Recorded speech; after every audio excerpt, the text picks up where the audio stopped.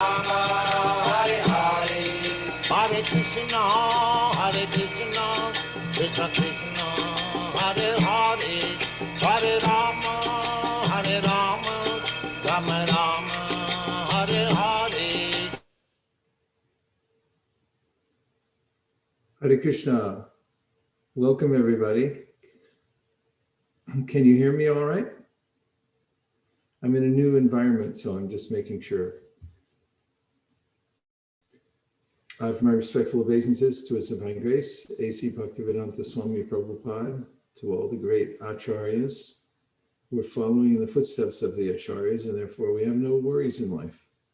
And today, specifically, we're meditating upon and worshiping Srila Bhaktivinod Thakur, by whose grace we are all assembled here. We're in his family, and we are following his moods and methods.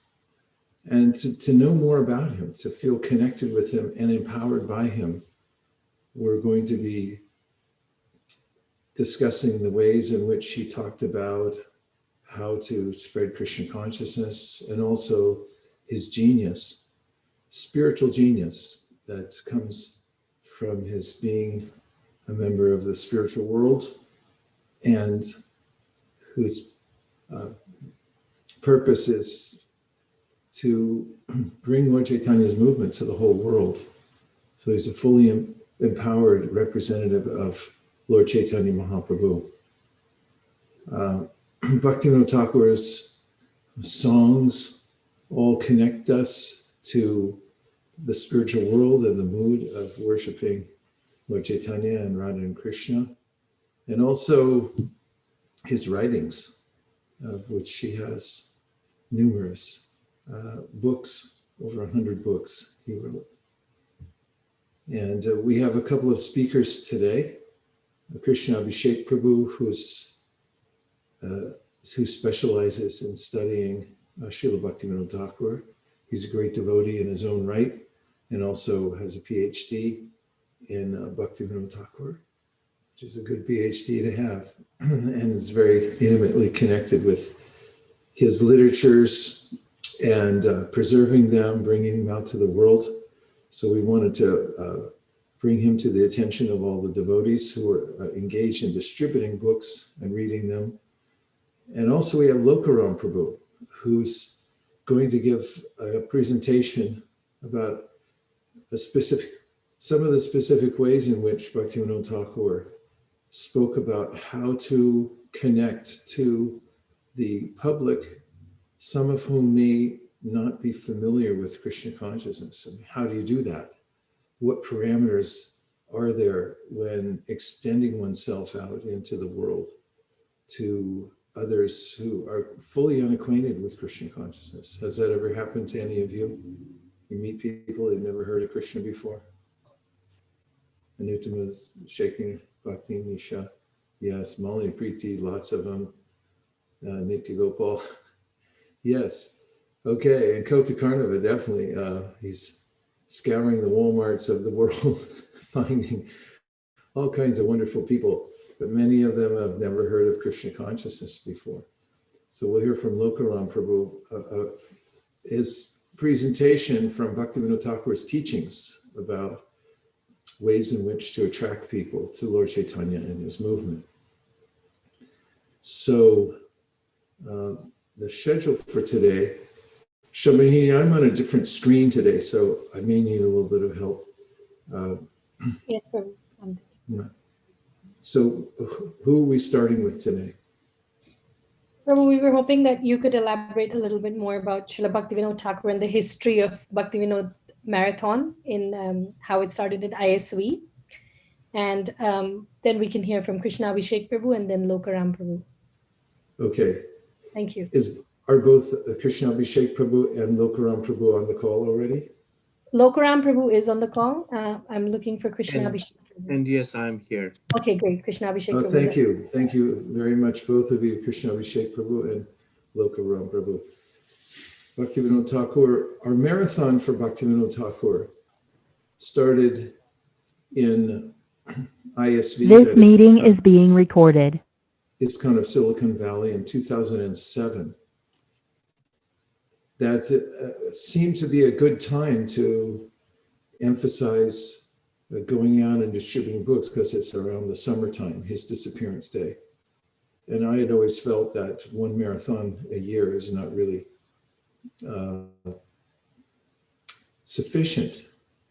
And it's nice to have a pointed time. And what better time than on Bhaktivinod Thakur's disappearance day, which comes in July, around the July month every year.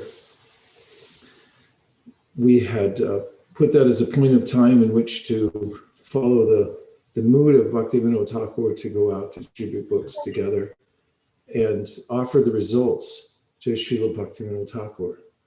My voice is not very clear. Is that true, Shamahini? It's not as clear as it usually is, but we can still hear you.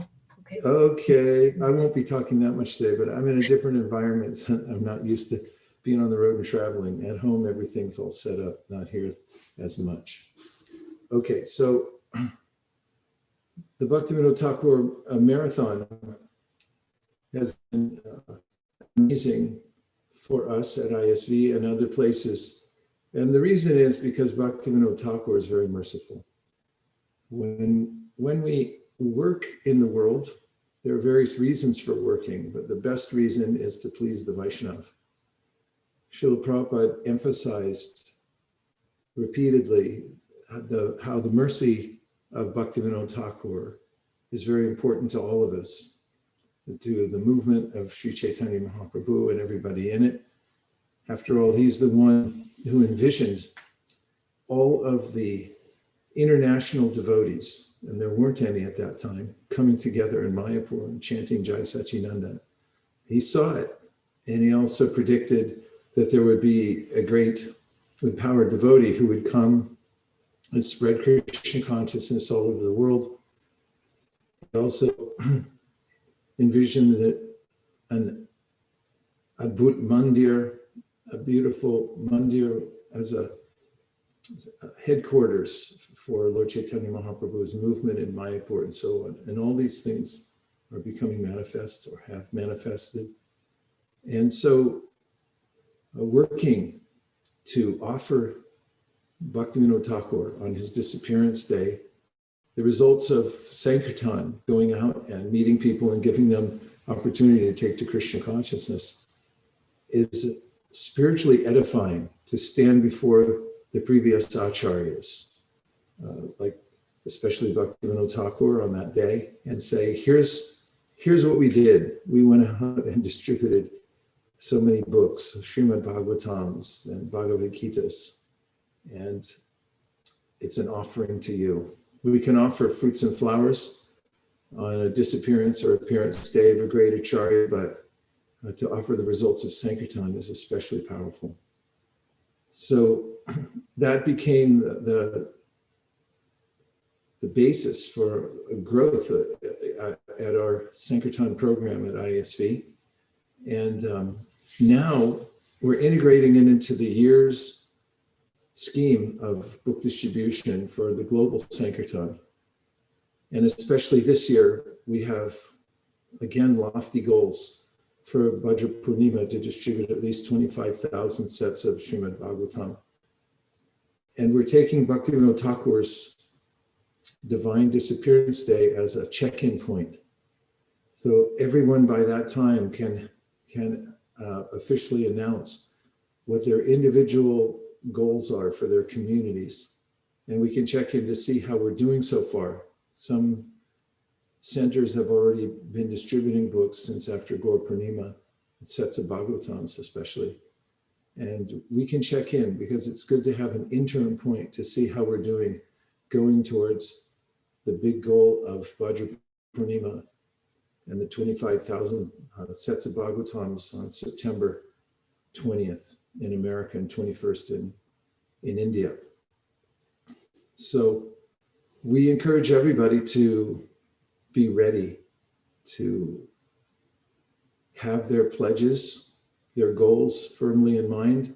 And if you're on your way towards your goal, to have the wherewithal to present it, what those numbers are. by Bhaktivinod Thakur's disappearance day, which is coming up on July 10th, correct? Yes, Maharaj. Okay, good. So Bhaktivinod Thakur's mercy is available to anyone, and we're making a specific attempt to please him. Once in Mayapur, when Srila Prabhupada was on his morning walk, and he was coming back to the Chandrodaya Mandir, we had an uproarious kirtan going on. That is, many of us Westerners who were on Sankirtan, and we had come there to be with Prabhupada during the festival. And Prabhupada was walking with his entourage, and he stopped to listen to the kirtan. And he had made some comments to some of the devotees there that he was walking with. And of course, we were in the kirtan, so we couldn't hear what he said. But then I found out later that some of the devotees had said that, just that Bhaktivinod Thakur has predicted, now all these various devotees from all over the world and from different countries are coming here to chant Jai Sachinandan. And Bhaktivinod Thakur's prediction is coming true. And Prabhupada then commented that yes, and his mercy will now deliver them. So Prabhupada was ever aware of the mercy of the previous acharyas, and throughout his writings has the highest regard for Srila Bhaktivinod Thakur. So let's hear from His Grace Krishna Abhishek Prabhu, who has given his life and soul to studying the history, teachings, the writings of Srila Bhaktivinod Thakur, and has taken his time today to join us. Hopefully the first among many of many presentations. Welcome, Krishna Abhishek Prabhu. Thank you very much for coming. Vaisheshika Prabhu, thank you so much for having me here today. Hare Krishna. I have a PowerPoint. Can I try to share the screen here? Yes, you may, no problem.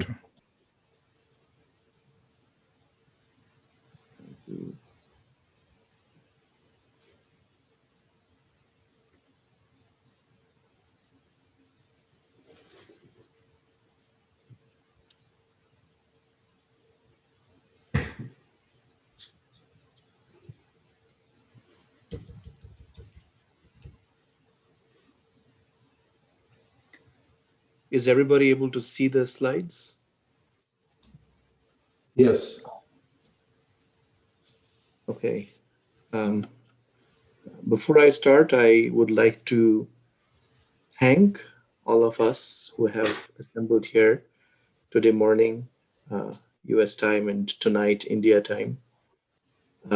Today is also the very auspicious 75th appearance day of His Holiness Tamal Krishna Goswami, whose heart and soul was book distribution. And he was the one who introduced me to Bhaktivinod Thakur and asked me to pursue my academic career when I was about to join the Merchant Navy. And so more than 2 decades later, I wanted to start today's presentation by thanking him and with a little Mangalacharana. Namo Vishnu Padaya Krishna Pristhaya Bhutale Shrimate Tamal Krishna Goswamini Namine. Namo Vishnu Padaya Krishna Pristhaya Bhutale Shrimate Bhaktivedanta Swamini Namine.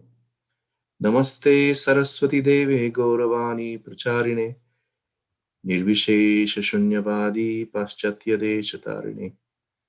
Jai Sri Krishna Chaitanya Prabhu Nityananda Shri Advaita Gadadhara Srivasadi Gaura Bhakta Vrinda. Hare Krishna Krishna Krishna Hare Hare, Hare Ram Ram Ram Hare Hare.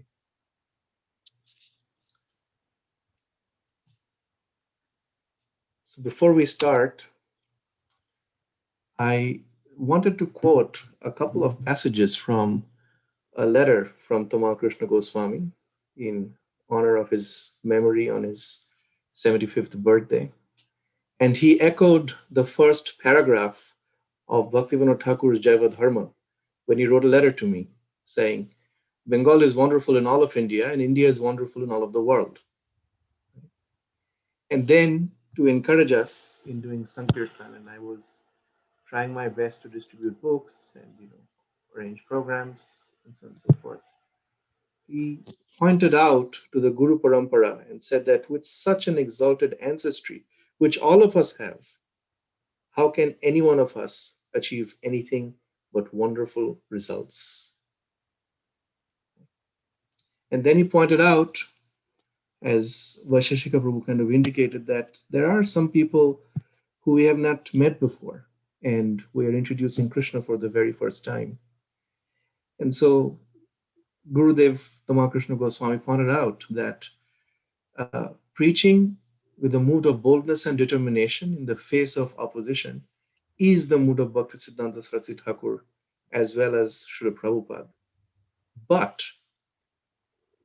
in our interfaith work, we have to be willing to understand that there are many expressions of the absolute truth under different religious headings and appreciate the sincerity of the adherents of different religious traditions. And he says, in this regard, I would direct you to some of the writings of Bhaktivinod Thakur, who has expressed himself very appropriately in such circumstances. So before I go to honor Bhaktivinod Thakur, I wanted to do it through the mercy that flows to the Guru Parampara. And that's what Srila Prabhupada, Srila Gurudev had to say. And then on the disappearance day of Bhaktivinod Thakur in 2000, I think 1991, I can't see July 1991. He kind of echoes, or Vaisheshika Prabhu kind of echoed what he said. We cannot calculate the debt which we owe to Srila Bhaktivinod Thakur. Practically, the Krishna consciousness movement is based upon his design because it is he who revived the mission of Sri Chaitanya Mahaprabhu and who gave it a modern outlook towards expanding the preaching mission worldwide. Our movement, Srila Prabhupada says, is based upon the teachings, the process, the means, the method which Srila Bhaktivinod Thakur inaugurated. And therefore, as the pioneer of Krishna consciousness in the entire world and throughout the Western world, therefore this movement is based upon him, rests on him, and depends even now upon his blessings. Therefore, on his disappearance, we offer him ourselves eternally in his service. And this is what Srila Prabhupada had to say. Bhagavan Sri Krishna Chaitanya foretold, the singing of my name is sure to be spread in every village, in every town throughout the world. In order to materialize this divine saying, both Sri Sri Bhaktivinod Thakur and Prabhupada, Sri Sri Bhaktisiddhanta Saraswati Goswami, tried their best, and under their direction, even at the old age of 70, I started for America. There, for a full 1 year, I had to experience great difficulties in my single-handed mission on this account. And at last, at New York, with the help of a few friends, we were successful to have the International Society for Krishna Consciousness. And in this way, Srila Prabhupada points out to the mercy of Bhaktivinod Thakur. And I wanted to include 2 front pages of the books of 2 previous acharyas, Srila Prabhupada and Srila Bhaktivinod Thakur. On the left, you see that this book was sent to the library at the University of California in February 1897. That is, Srila Bhaktivinod Thakur was himself a book distributor. And he was sending his books to all of these libraries. And then many years later, Srila Prabhupada wrote his dedication page to the sacred service of Srila Satchidananda Bhaktivinod Thakur, who initiated the teachings of Lord Chaitanya in the Western world. And Prabhupada mentioned McGill University, Canada in 1896, the year of my birth. The thing is, Bhaktivinod Thakur also sent his books to other universities, Chicago, Harvard, Oxford, Cambridge, and McGill. But somehow the McGill book has stuck in the popular imagination of devotees. Right? So we do have a precedence of Srila Bhaktivinod Thakur sending devotional literature to people in the Western world. In fact, he initiated a conversation with the very famous thinker, Ralph Waldo Emerson. I think somebody's trying to cut the grass at this moment. Let me just close the window and I'll be right back. Didn't anticipate this.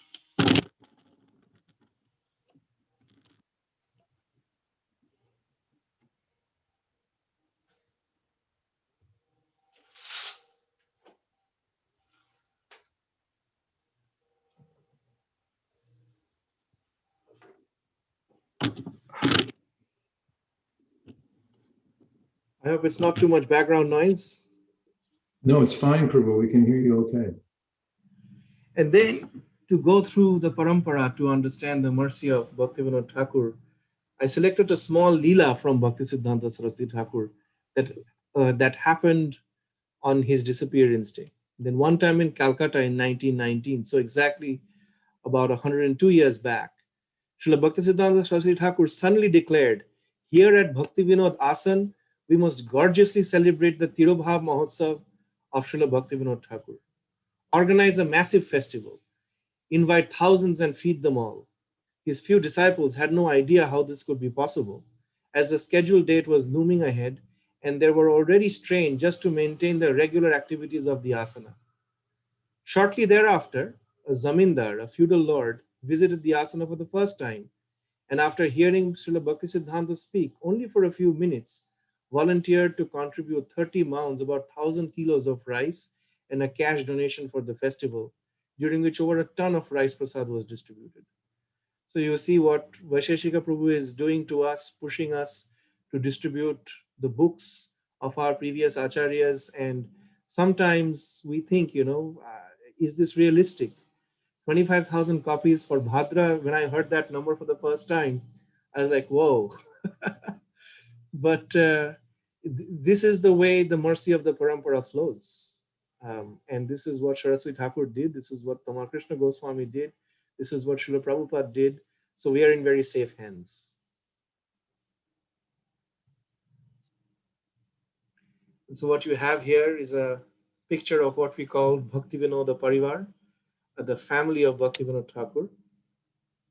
And since today morning's session is on the literary genius of Bhaktivinoda Thakur, I want to point out that he is the first Vaishnava Acharya who is also an English poet.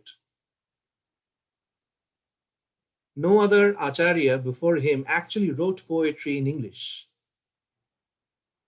And the poetry he wrote was appreciated by literary gazettes in England during his time. Right. And so I've selected one poem I wanted to read out to you today morning. It says, Saragrahi Vaishnava. Saragrahi means essence graspers. And Bhaktivinoda Thakur says, there are two kinds of people in the world, those who bear burdens and those who can grasp the essence. And he says, who is an essence grasper? Well, alas for those who spend their days in festive mirth and joy, the dazzling, deadly liquid forms their hearts forever employ. So those who are drawn to the deadly liquid forms of the world are future Saragrahi Vaishnavas, but most of us start there. The shining bottles charm their eyes and draw their heart's embrace. The slaves of wine can never rise from what we call disgrace. So who is excluded from being a Saragrahi Vaishnava? One who is intoxicated with the world, and the wine represents that. The slaves of wine can never rise from what we call disgrace. Was man intended to be a brute in work and heart? Should man, the lord of all around, from common sense depart? And Srila Prabhupada says that the material world is a hard struggle for existence. And we get the exact same idea in Bhaktivinod Thakur. He says, are we intended to be a brute in work and in our heart? And go leave behind our common sense and just work and work in this material world. And then he says, as an answer to that, he says, man's glory is in common sense. If, as human beings, we are any special, it's in our common sense, dictating us the grace that man is made to live and love the beauteous heaven's embrace. The flesh is not our own, and we are on borrowed time, actually, and borrowed resources. The flesh is not our own, alas, the mortal frame a chain, the soul confined for former wrongs should try to rise again. Let's not ask how we got here, because there might be X number of reasons. But the fact that we are here and we want to get out of the misery is the indication that Bhaktivinod Thakur points out in this poem, that the flesh is not ours, and the mortal frame, our body, is a chain, and we are confined in this world for former wrongs, but we should try to rise again. Why then this childish play in that which cannot be our own, which falls within 100 years as if a rose ablown? Have you seen a rose that ages, kind of just falls away, crumbles away? So that's exactly what's going to happen with our bodies. Our life is but a rosy hue, to go ere long for naught. The soul alone would last forever, with good or evil fraught. And Bhaktivinod Thakur indicates that each one of us can be antarmukha, that means turned inwards, which is going back to Godhead, or bahirmukha, turned outwards. And so the body will fall apart sooner or later, but the soul alone will last forever. And it has the choice of being with good or with evil fraught. How deep the thought of times to be, how grave the aspect looks, or rapt in awe become, O we, when reading nature's books. And all it takes is common sense and a look at nature, and the fundamental principles of Krishna consciousness will become very, very clear and apparent to us. Man's life to him a problem dark, a screen both left and right. No soul hath come to tell us what exists beyond our sight. But then a voice, how deep and soft, within ourselves is felt. Man, man, thou art immortal soul, thee death can never melt. And there is an inner voice within us which tells us that death can actually not touch us. And this is the message of the Bhagavad Gita of Sri Krishna. For thee thy sire on high has kept a stair of bliss above. To end of time thou art, O his, who wants but purest love. We belong to the Supreme Personality of Godhead. And to the end of time, the only thing that he wants is but our purest love. O love, thy power and spell benign now melt my soul to God. How can my earthly words describe that feeling soft and broad? This is the bliss of Krishna consciousness. This is where Bhaktivinod Thakur says an individual devotee can start becoming a saragrahi, when he feels or she feels the melting of the soul to God, right? The feeling that is soft and broad, enjoyment, sorrow, what but lots to which the flesh is heir. The soul that sleeps alone concludes in them it hath a share. And then, my friends, no more enjoy nor weep for all below. The women, wine, and flesh of beasts no love for thee bestow. And everything that really attracted us about the world gradually begins to slip away. But thine to love thy brother man and give thyself to God, and God doth know your wages fair. God is the ultimate justice giver. This fact is true and broad. But tell me, not in reasoning cold, the soul is made alone by earth's mechanic, lifeless rules, and to destruction prone. And Srila Prabhupada pointed out many, many times that life comes from life. And this is the exact idea that Bhaktivinod Thakur is saying here. Don't tell me, in reasoning cold, the soul is made alone by earth's mechanic, lifeless rules, and to destruction prone. My God, who gave us life, and all alone the soul can kill, or give it all the joys above his promise to fulfill. So, how to become a saragrahi? Bhaktivinod Thakur says, push thy onward march, O soul, against an evil deed that stands with soldiers' hate and lust. A hero be indeed. Maintain thy post in the spirit world as firmly as you can. Let never matter push thee down. O stand, heroic man. O Saragrahi Vaishnava soul, thou art an angel fair. Lead me on to Vrindavan, and spirit's power declare. There rest my soul from matter free, upon my lover's arms. Eternal peace and spirit love are all my chanting charms.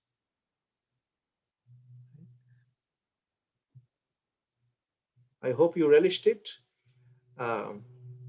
Thank you so much. On the left, we have a picture of some of my adventures in preserving these works of Bhaktivinod Thakur.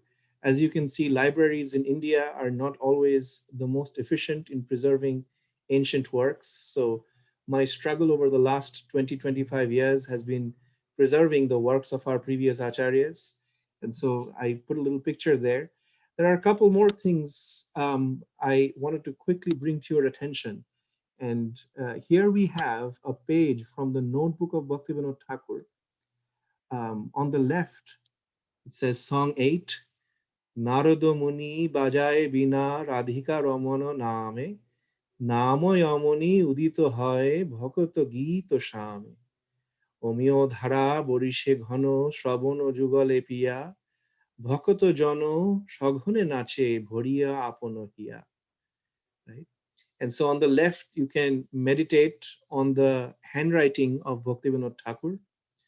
I discovered this notebook from the collection held by Sundarananda Prabhu, who was the secretary of Bhaktisiddhanta Saraswati Thakur. And this is now preserved at the Bhaktivedanta Research Center Library in Kolkata. And so this is just one of the relics from Bhaktivinod Thakur's library that we are currently preserving, translating for future generations. This is a note, a page, the first page of a 202 page letter that he wrote to his son, Srila Lalita Prasad Thakur. And right now, the Bhaktivedanta Research Center in Kolkata has commissioned a translation that I am doing to be printed by Mandala. At least that's what they said their choices. And these books are coming out one by one. What you have here are some pictures from Birnagar. The letter that you saw in the previous page addressed to Lalita Prasad Thakur is still held at Birnagar, and I am a custodian of all his estates there. On the top left, you have Srila Prabhupada in conversation with Lalita Prasad Thakur, Bhaktivinod Thakur's son. On the right side, you have his birthplace, and at the bottom, you have a picture of Bhaktivinod Thakur that I recovered from there.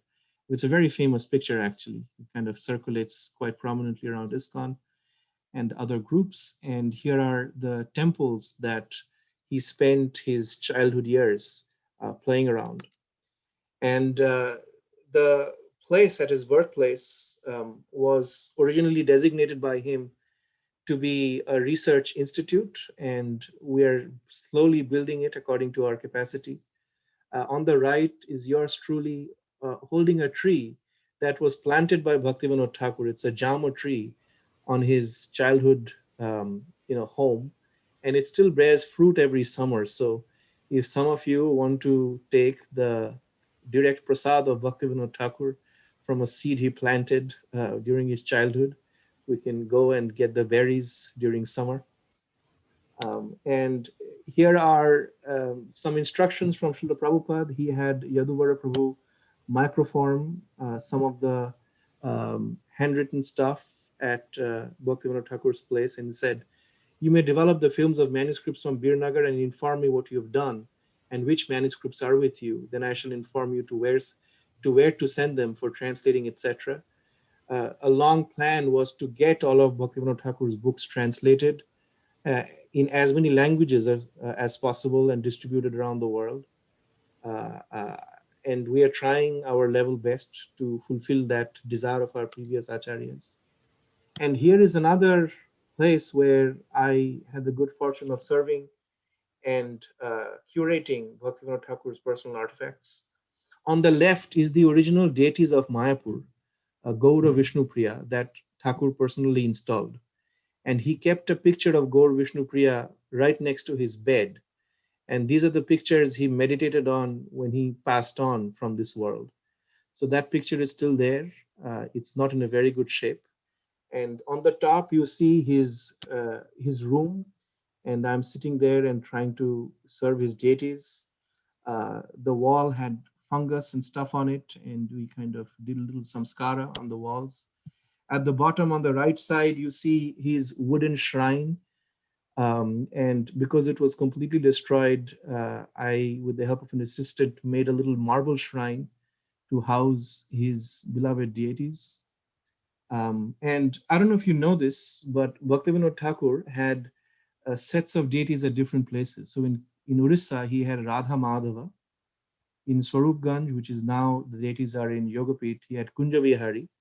In Calcutta, he had Gopijana Vallabh, and he had a Girivaradhari that he used to keep wherever he went. So the song Jai Radha Madhava Kunja Vihari Gopijana Vallabha Girivaradhari are the names of his deities. So what you have here is the bed in his room where he passed on. And this is me serving his Gopijana Vallabha deity in his Calcutta home. And behind you see right here, I don't know if you can see my pointer, but in the background, if you see a little Shila, that's the Kurma Shila that he gave to Srila Bhaktisiddhanta Saraswati Thakur during his childhood, and Saraswati Thakur worshipped it throughout his life. And that Shila is still there. And when I went to help the family out with their deity worship and preserving Bhaktivinoda Thakur's legacy, Janani Mahaprabhu sent a pair of eyes for the Shila. Unfortunately, the day I went there, I found out that the family had just sold the press, the printing machine of Bhaktivinoda Thakur at scrap iron rates. And I was one day late. It is one of the biggest regrets of my life. But I have tried what I could to preserve everything that has been handed down within the family and the spiritual family of Bhaktivinoda Thakur. All of us are here today and will be gone tomorrow.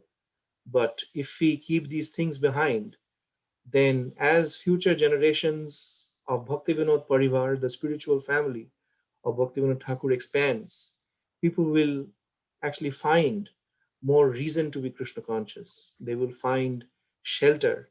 And practically in every song, Bhaktivinoda Thakur writes, Bhakti Vinoda Ashraya. That means the shelter of Bhaktivinoda Thakur, right? Which has two meanings. For his followers, the meaning is we are constantly sheltered under Bhaktivinoda Thakur's divine guidance. And for him, it means he's constantly sheltered by his previous acharyas and Bhagavan Sri Krishna and Srimati Radharani. Thank you very much. Thank you for having me today morning. Hare Krishna.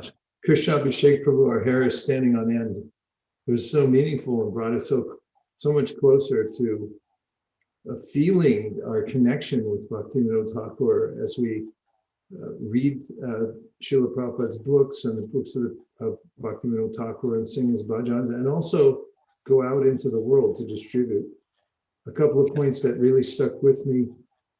All of them were profound, the whole presentation, but I especially am remembering now about how Bhaktivinoda Thakur had sent books to so many different institutions and luminaries in the world, and indicative of how he was the pioneer in book distribution who actually started that trend. Let's get the Lord Chaitanya's teachings out to everybody.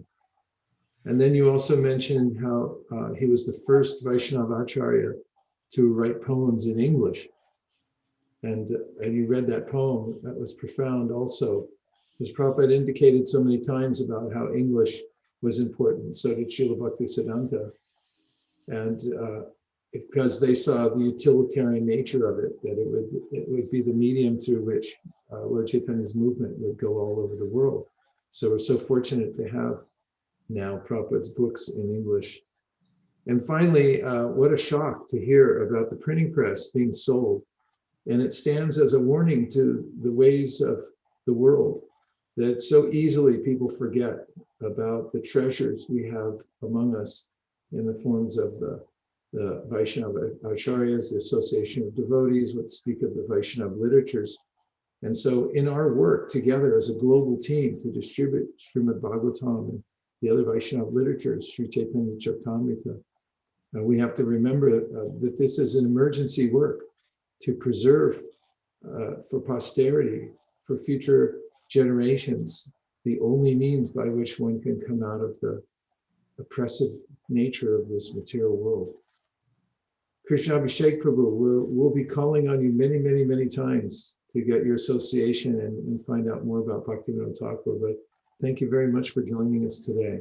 I'm your servant. Thank you so Hare much. Krishna. I look forward to the rest of the presentation. And now we have Lokaram Prabhu, who's has a very special presentation about some of the specific things that Bhaktivinod Thakur said about outreach. Lokaram Prabhu, please take it away. Hare Krishna Guru Maharaj.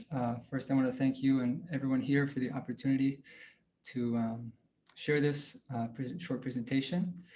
I also want to thank my good friend Ujjwala Prabhu, who gave me some time over the past week looking it over and giving some valuable input. So he deserves some credit. Am I allowed to share my screen? I think I should. Yes, Prabhu. Okay. All right, can you everyone see that? Yes, Prabhu. Okay, good. Hare Krishna. So this is a short presentation based on an essay written by Srila Bhaktivinod Thakur called Sri Gauranga Samaj. However, I want to be clear that I've done a considerable amount of work in terms of kind of extracting some points and then supplying supplemental references. So it's not exactly like a summary of the essay itself, but taking some of the essential principles and then seeing how it can be applied in practical ways today. So we're specifically looking at how to be innovative in expanding the Hare Krishna movement. And Bhaktivinod Thakur begins his essay. Let's see here. I think I need to go like this. 1 second. There we go. Okay. He begins the essay by giving actually a very broad definition of who should be accepted as a member of Lord Chaitanya's movement. So he gives 3 types of persons. One is a person who accepts Sri Chaitanya Mahaprabhu as God or as Bhagavan. So that'd be a devotee of Lord Chaitanya, a Gaudiya Vaishnava. There's also those who accept Lord Chaitanya Mahaprabhu as a devotee of God. Sorry, the first is those who accept Lord Chaitanya as God. And then the second category is those who accept Lord Chaitanya as a devotee of God. So this could include Christians or anyone who sees Chaitanya Mahaprabhu as a great saint, as a devotee. And then the third category is what's actually very unique, I think, is that Bhaktivinod Thakur envisioned including people in the Sri Chaitanya Samaj or Sri Gauranga Samaj, the Society of Lord Chaitanya, even persons who simply accept him as a great person, something like Mahatma Gandhi or Martin Luther King Jr. or any other worldly reformer. And we're going to look at why this is the case and why it's important. So he expands on this.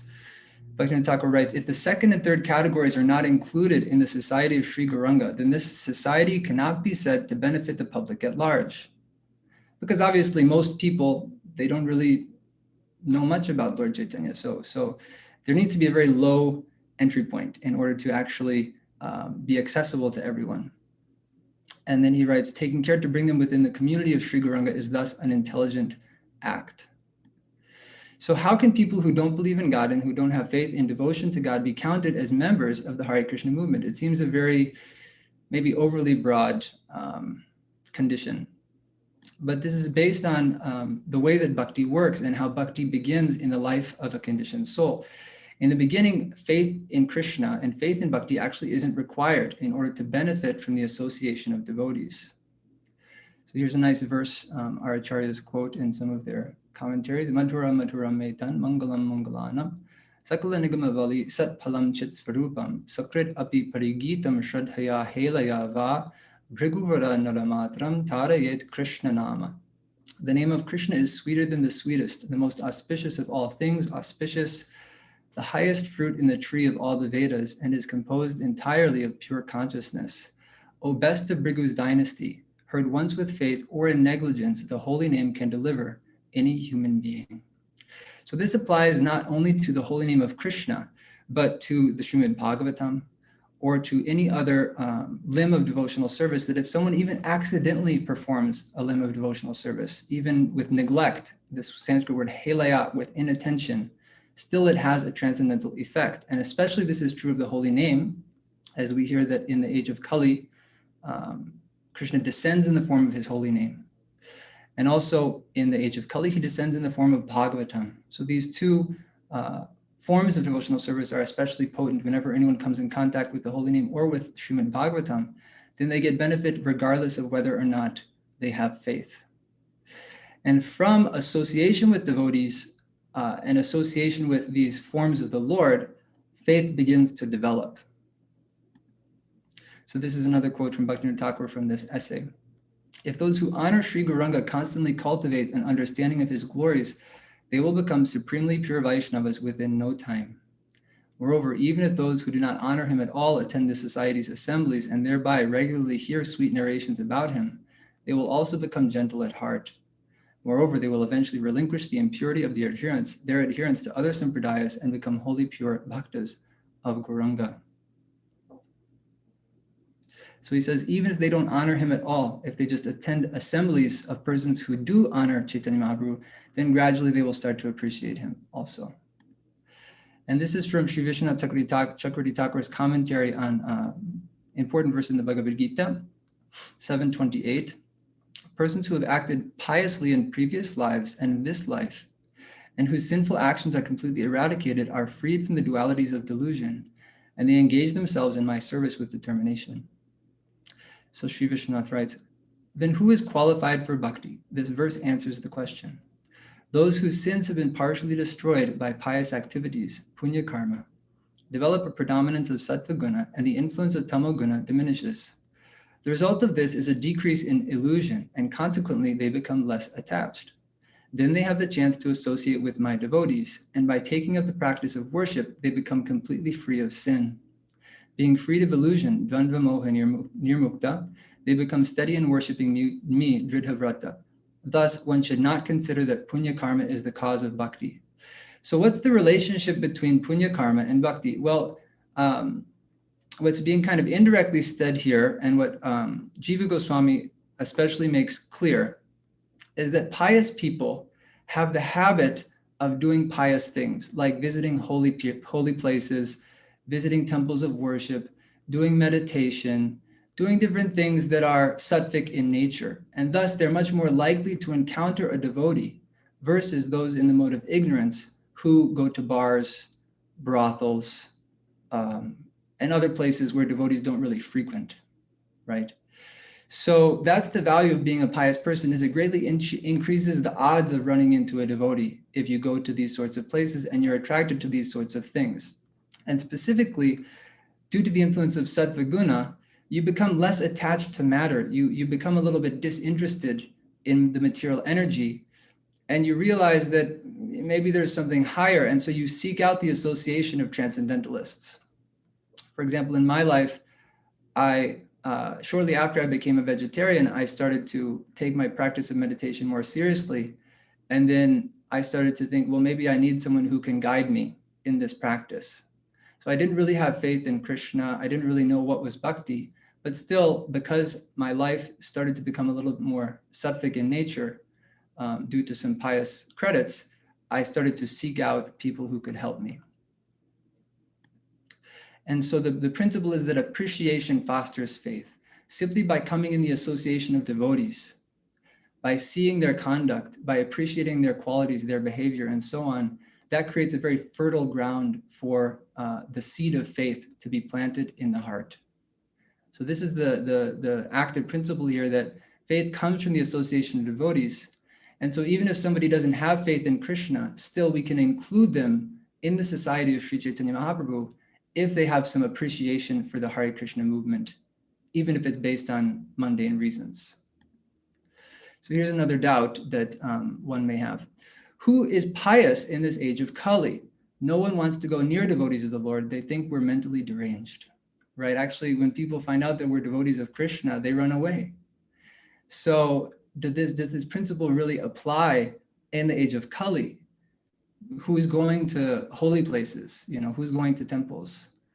Even the people who are interested in yoga, they're totally materialistic. They just want to have, better sex life, basically. So how can we say that such people qualify as this category of sattvic persons that our acharyas are talking about? Well, we can look at the examples set by previous preachers in our movement, our previous acharyas, and see what was the success of their efforts. And this is what I'm calling the art of bait and switch, right? So it's a simple principle, but it can be misapplied, so we have to be careful about it. So here's a quote from Baladev Vijayabhushan talking about the preaching of Sridhar Swami, who's like the first acharya in our line. Mahaprabhu calls him the Swami, the master of the Bhagavatam, that all commentators on Srimad Bhagavatam must follow in his footsteps. So how did he preach? This is from Baladev Vijayabhushan. Sridhar Swami is considered the Vaishnava because he states in his commentaries that the Lord's vibhutis, abodes, qualities, and forms, as well as the bodies of his associates are all eternal, and that bhakti to Bhagavan is the most attractive type of liberation. Although he sometimes writes Mayavad ideas, it should be understood that his true purpose is to lure the Mayavadis to bhakti by offering bait on a hook. And this phrase of bait on a hook is also used by Jiva Goswami in the Tattva Sandarbha when discussing Sridhar Swami. So there's precedence, and so we have to be clever in applying this principle. So that's what we're going to be discussing a little bit today, but also careful. So an example I gave for anyone can relate to is telling your kids you're going somewhere fun and then taking them to the dentist because it's fun to have clean teeth. Now you might also do something fun like, I don't know, go to the park or something afterwards to kind of smooth over the relationship. But still, you have to somehow get them in the car and get them to go to the dentist. So there's two ways I think this can go wrong that we have to especially watch out for is if the bait is harmful or dangerous. We don't want to bait people to the association of devotees through like sinful or illicit activity or like outright manipulation or deception, things like that. It has to be a wholesome act. And then also if the switch never happens, if we don't actually then introduce them to direct angas of bhakti, such as Shravanam, Kirtanam, and especially hearing and chanting. If we just keep them on the mundane platform with whatever was the thing we attracted them with, then we're not really doing any service to Chaitanya Mahaprabhu's movement. So we have to be careful that that doesn't happen either. So here's a few different ways that I came up with that we can think of in being innovative in our preaching. And some of them are quite common. We're already familiar with these tactics. So first method is through general assemblies. This is a phrase pulled from the essay. Bhaktivinod Thakur talks about two different types of Vaishnava assemblies. One is just more general with the public. And then another is more intimate, like a Ishtagoshti, where more intimate and higher topics of Krishna consciousness are discussed. So some examples of general assemblies. Bhaktisiddhanta Saraswati Thakur actually organized theistic exhibits throughout India, where he was glorifying Vedic culture. This was a time of British occupation, and so Bhaktisiddhanta wanted to remind people of the wealth of India. So he had dioramas, music, dramas, and so on, but also lectures on Bhagavad Gita, Krishna Prasadam, chanting of the holy name. So it was packaged in a more kind of cultural experience. This is similar with the Ratha Yatras that Prabhupada introduced, very similar kind of approach to attracting the public and then introducing them to hearing and chanting. And also our public kirtans and lectures, devotees will kind of intuitively come up with a catchy headline for a public lecture. It's not like why you should surrender to Krishna. It's how you can be freed of stress and things like that. We do this, we do this kind of intuitively. So another analogy is that, if you notice that your friend's kids are very well behaved, you might invite that family over to your house for dinner often, hoping that their kids will have a good impact on your kids. It's the power of association. Just by bringing people, conditioned souls, into the association of devotees, then naturally they start to become appreciative. They start to think, wow, maybe I could be like that too. That's actually really impressive, the way these devotees conduct themselves. I want to also have such qualities. Let me associate with them. Let me learn from them. So another method we can try to implement is through infiltrating pop culture, and not just popular music, but another good example is the corporate preaching that's going on in ISV. Basically anywhere that we're kind of coming in contact with somebody who's very influential, or trying to become influential on a popular scale ourselves. Jay Shetty, for example, Ganesh Yambru is a great example of this.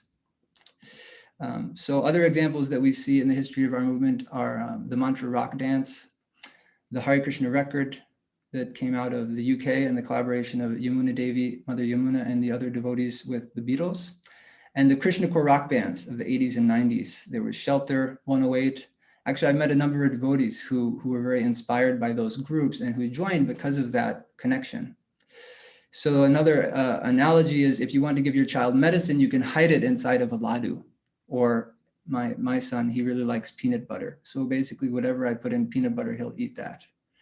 So if we can hide bhakti into cultural presentations like popular music, popular art, kind of this like pop spirituality, right? It's more of a self-improvement kind of presentation, but we can lace that presentation with principles of bhakti and with verses from Srimad Bhagavatam, right? Even half a verse, half a shloka of Srimad Bhagavatam has eternal transcendental benefit. So even just putting a few words of Srimad Bhagavatam into those presentations is, especially because many verses contain names of Krishna, it's direct exposure to bhakti.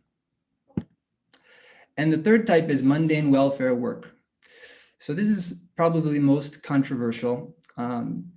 And I think the one that's been least implemented so far in ISKCON, although Srila Prabhupada's life membership program, I think, is a good example of this, just getting wealthy people to contribute to the development of temple complexes and other Vaishnav organized projects is a good example of this.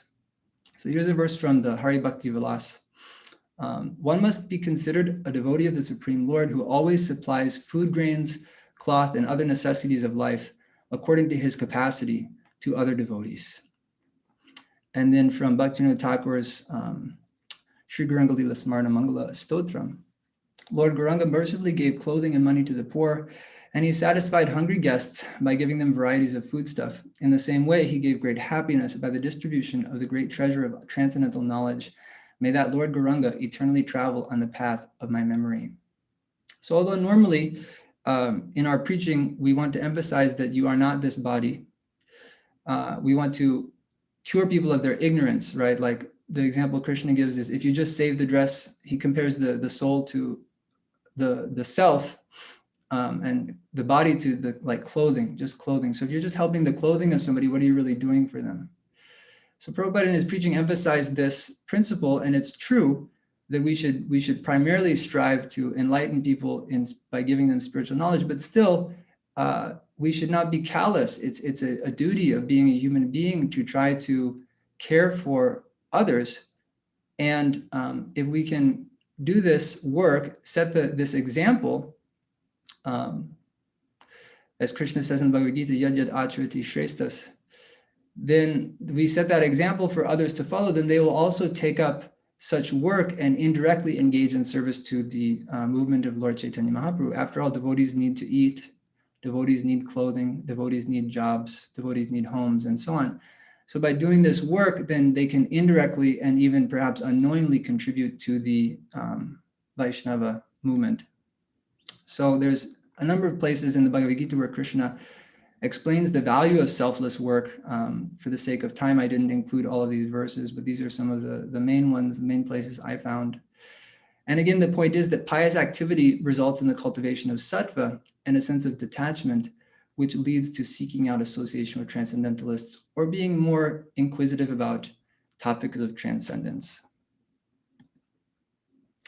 So Bhaktivinoda Thakur, he explains that there's these three types of members, as we discussed, but also in another sense, there's two categories or two divisions of the society, which is those who focus on bhajan, which I was calling Nivriti Marg, those who are the renunciates who are qualified for a life of bhajan, and those who focus on external work, or we can say Pravriti Marg. And so the division a person belongs to depends on his qualification. He writes, Uttama and Madhyama Bhaktas are qualified for the bhajan section of Sri Gauranga Samaj. Although they may occasionally participate in the activities of the working section, they do not manifest their competence in such work like the Kanishta devotees, who are fond of it. However, with the assistance of the Kanishta Vaishnavas, they accomplish whatever work needs to be done. So Kanishta just means a person's faith is pliable, it's soft, it's not yet steady or firm, or nishta. And Vishwanath Chakravarti Thakur wrote composed a verse where he expanded on these 9 stages of bhakti of Rupa Goswami, which Rupa Goswami says, Adau Shraddha, which begins with faith. Sri Vishwanath expands on that, explaining that actually before Shraddha proper enters into the heart, there's Satam Kripa and Mahat Seva. Satam Kripa means the mercy of a devotee, and Mahat Seva means service to the devotees. So that's why I'm presenting these different ways of bringing conditioned souls into contact with devotees, which is where we need to be a little bit innovative, so that they can get the mercy of devotees, become friends with devotees, develop some appreciation for devotees, and unknowingly, indirectly engage in devotional service, and then develop faith, whereby they can actually consciously pursue sadhu sangha and then take shelter of a spiritual master and perform bhajana kriya. So the idea is that we're wanting to develop the working section. So if we want in every town and village the chanting of Krishna's name to be heard, we need to really broaden our conception of who is a member of our movement, who deserves our attention, and how should we direct our preaching activities, who's our target audience, you know. If we think that, let me go to this one. If we think that a member of the Society of Sri Chaitanya can include anyone who knows a Hare Krishna, who likes a Hare Krishna, and who knows that the Hare Krishna's follow Krishna, follow the Bhagavad Gita, maybe they know that we follow Mahaprabhu, and kind of likes, yeah, must be a good guy, Chaitanya Mahaprabhu. Krishna, he taught yoga, he must be a good guy. I like him. All right. That's membership right there. That can count as membership in our movement, and they become, in one sense, our responsibility to care for them and somehow or other engage them positively and progressively in our movement. So this is just kind of a summary analysis of mine. So Srila Bhaktivinoda Thakur is clear that until one attains nishta, or fixity in one's faith, one is not admitted to the inner circle of Mahaprabhu's mission or the bhajan section.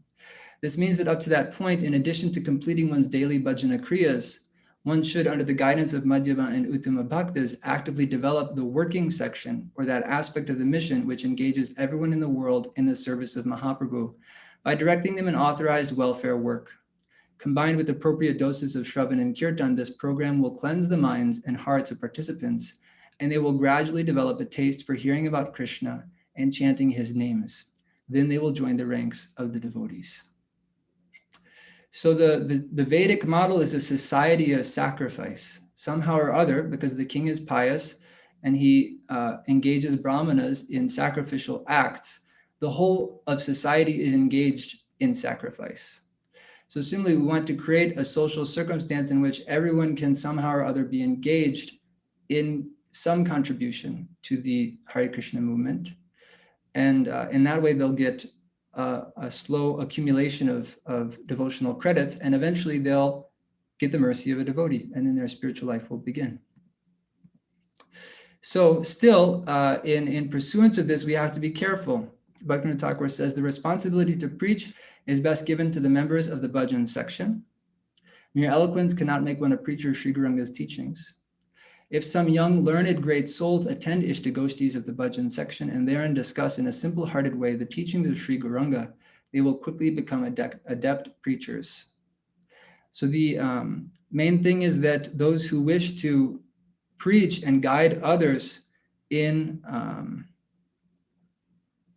bhakti should take shelter of the principle of parampara, finding others who are more experienced, who have firm faith and thorough knowledge of the teachings of Lord Chaitanya, and learn from them.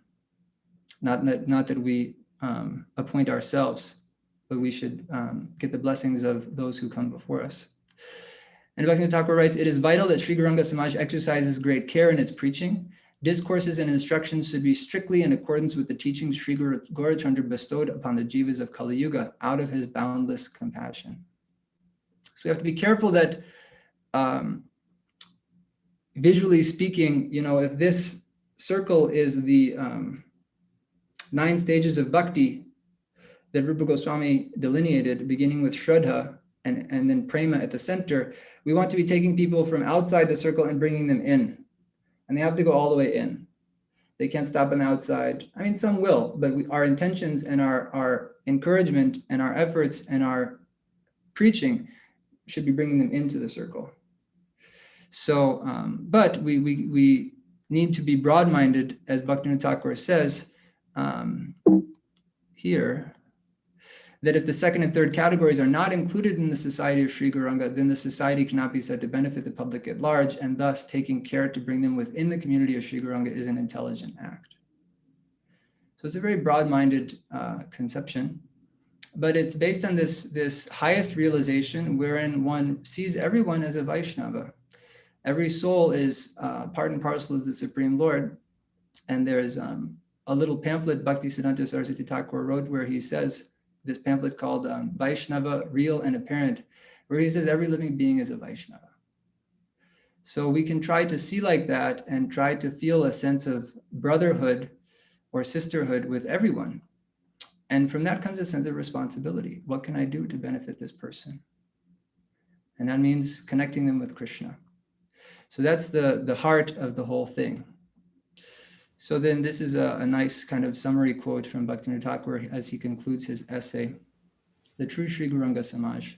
Previously, we explained that a society of Sri Gauranga that does not accommodate all types of Vaishnavas will be short-lived. That said, the fact is that a society founded with Vishuddha Vaishnavas or pure devotees on the transcendental platform as members is to be regarded as the true Sri Gauranga Samaj. Among the various Vaishnavas in such a congregation, the Vishuddha Vaishnavas are immersed in the bliss of bhajan and are mostly inactive in developing their worldly life. Until those who have an inclination for bhajan become specifically immersed in the bliss of bhajan, they can engage in activities to advance their worldly life. However, if they do not get the association of Vaishnavas who are immersed in the bliss of bhajan, they will become completely materialistic within no time. For such people, it is nothing but self-deception to establish and promote themselves as representing the society of Sri Gauranga without associating with Shuddha Vaishnavas. So we want to be innovative and also careful and very, very much ourselves spiritually responsible to become qualified representatives of Lord Chaitanya, to deepen our connections with those who are on the topmost platform of devotional service, and under their guidance serve Chaitanya Mahaprabhu and his movement. So the image of a tree is very appropriate. I didn't realize how expansive is the root system of a tree until someone told me that actually what you see on top of the ground is about the same size as what you would find below the ground.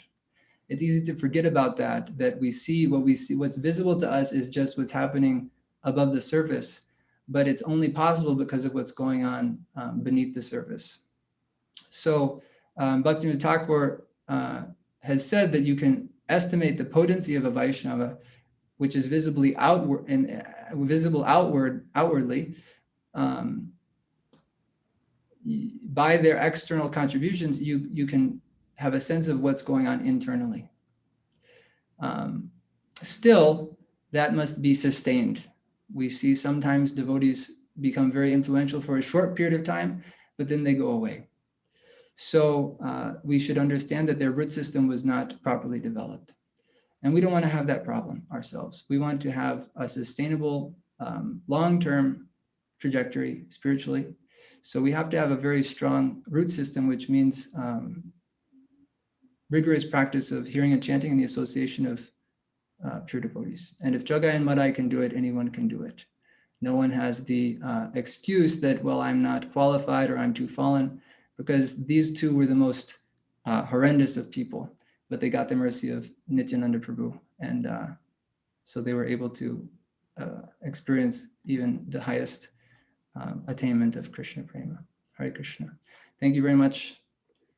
My full credits go to Bhaktivinod Thakur. He's the transcendental genius. And as I said, my good friend Ujjwal Prabhu was very helpful in helping me refine the presentation. So thank you very much. Hare Krishna. Thank you very much, Lokaram Prabhu, and well done. Hare Krishna. I think that from today, we've gotten a perspective through which to expand the Sankirtan movement with vigor, being very confident of the goal, which is to very carefully but deliberately bring people in from the outer worlds, the outer circles, closer and closer. And just from the evidence that you gave us today, we got a better idea of how to do that carefully and following the footsteps of our previous acharyas, very specifically Bhaktivinod Thakur. Thank you very much. Well done and nicely articulated. Thank you very much. One thing that caught my ear was when you were talking about the pious section of society and how it is that they often frequent places where devotees are. And then I was thinking of our modern day movement as well, and recalling many times when I've gone into bars to distribute books. It's one of the most interesting experiences because oftentimes people are very receptive there. Mm-hmm. They're sort of waiting for something good to happen in their life. It's the ultimate procrastination place. I'll just sit here until something good happens.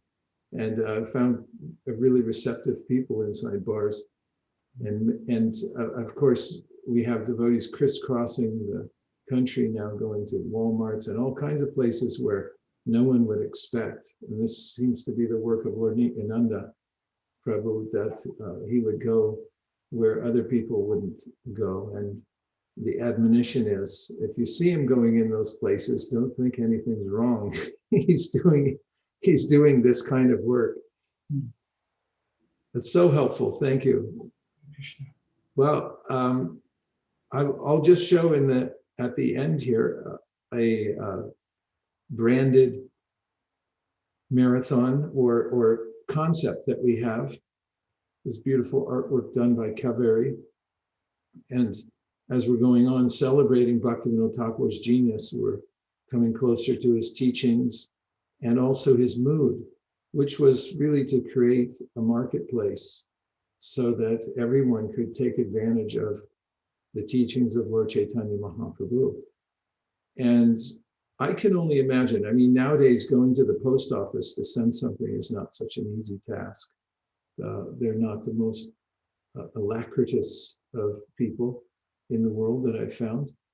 And I don't know what it was like in India at that time to actually send books around the world. I'd like to know sometime more about that, what the postal system was. There was no DHL or any of the other courier systems. So how did Bhaktivinod Thakur do that? Nonetheless, he did it. And Krishna Abhishek Prabhu gave us this revelation today that was to numerous places. He had an operation. So following this mood of Bhaktivinod Thakur, we have conceived of what we call Books to McGill. And just keep going and show me there's McGill University in the old days. Just past it, if you can go back, please. And you can imagine at this place, the books of Bhaktivinod Thakur are arriving by some kind of courier to the designated librarian or whomever would be taking care of them and then entering there. It's a parallel with Srila Prabhupada selling his Bhagavatam sets to the Library of Congress in Delhi, and then they were dispatched to many places One of them was the New York Public Library, so that the set of Bhagavatams that Prabhupada had, which was the first 3 volumes of the first canto, had arrived in New York 1 year before he arrived. So this principle of book distribution has been going on for a long time, and books are such efficient containers to reform human society. They precede even the Acharya, who will put his lotus feet on the soil there. So we know also, next please, that Bhaktivinod Thakur sought out the luminaries of the world, the great thinkers. Obviously, you can see in the teachings of Thoreau and Emerson the inklings for transcendentalism. They're noted for their pantheist views of the world and just intuiting that there must be a higher force and so forth. So Bhaktivinod Thakur reached out to them very deliberately, sending them Lord Chaitanya's teachings. Hopefully in the future we can hear from Krishna Abhishek Prabhu more about what some of those interactions might have been, and if there's any details to the history of that we don't know about yet, or that I don't know. So we have, as Krishna Abhishek Prabhu mentioned, McGill University is well known amongst at least ISKCON devotees, that he had sent a book there. So we coined this phrase, books to McGill, and it's a thing.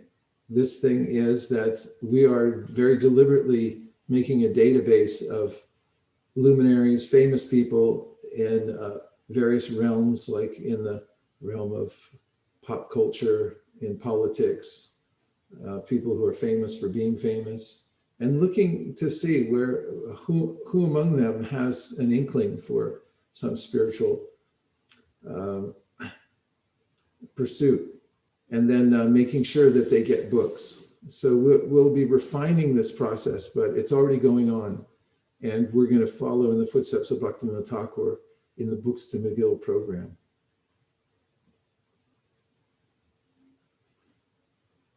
So you can make a list of people you'd like to connect with and send it in to us. We'll add it to our list in the database, and we will be refining the list and then being very deliberate in getting books out to people with a system so that we can introduce them to what they're going to get before they get it. So I acknowledge the devotees who are part of Friends of the BBT. It's a separate organization that's working very hard to help promote the BBT and Prabhupada's books in many different places, and who worked and are working on the Books to McGill program. Among them are some devotees who may be on the call today.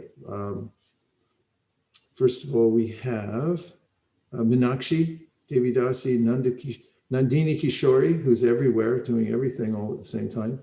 And Ram Kishore Prabhu Anasuya Dasi, she's the daughter of Bhadra Narayan Maharaj, and Surya Kund Das, who's part of the board of directors of FOBIT, Friends of the BBT, who are working on this project and many other projects. Many museums and other organizations have a Friends of that helps to bring people closer to that organization, and also to collect information and even fundraise sometimes. So we thank them for their efforts in helping this great enterprise called the Bhaktivinod Book Trust to spread all over the world.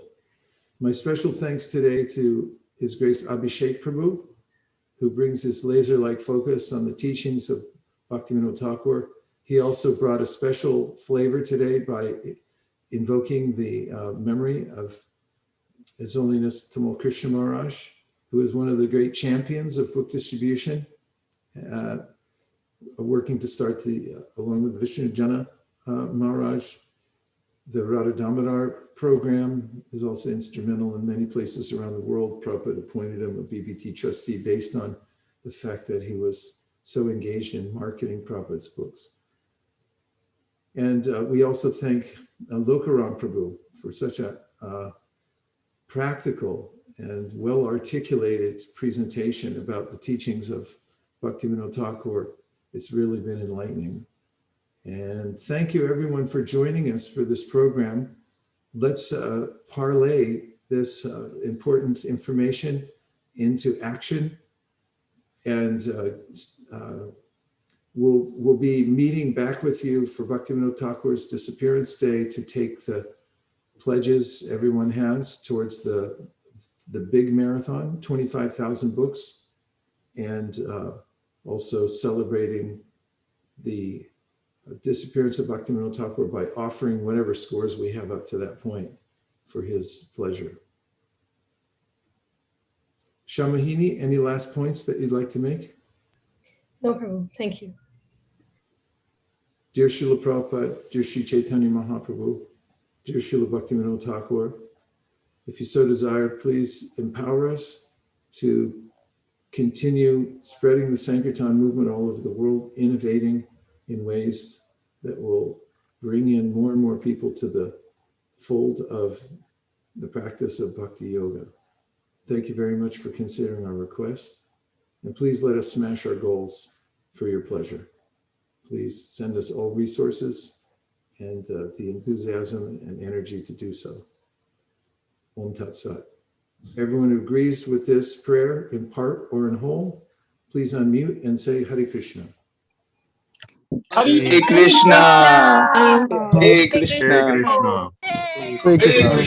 Hare Hare Krishna. Hare Krishna. Krishna Krishna. Hare Krishna. Hari Bol. Bhaktivinoda Thakur ki Hari jai. Bol. Srila Prabhupada ki jai. Hare Hare Krishna. Hare Krishna.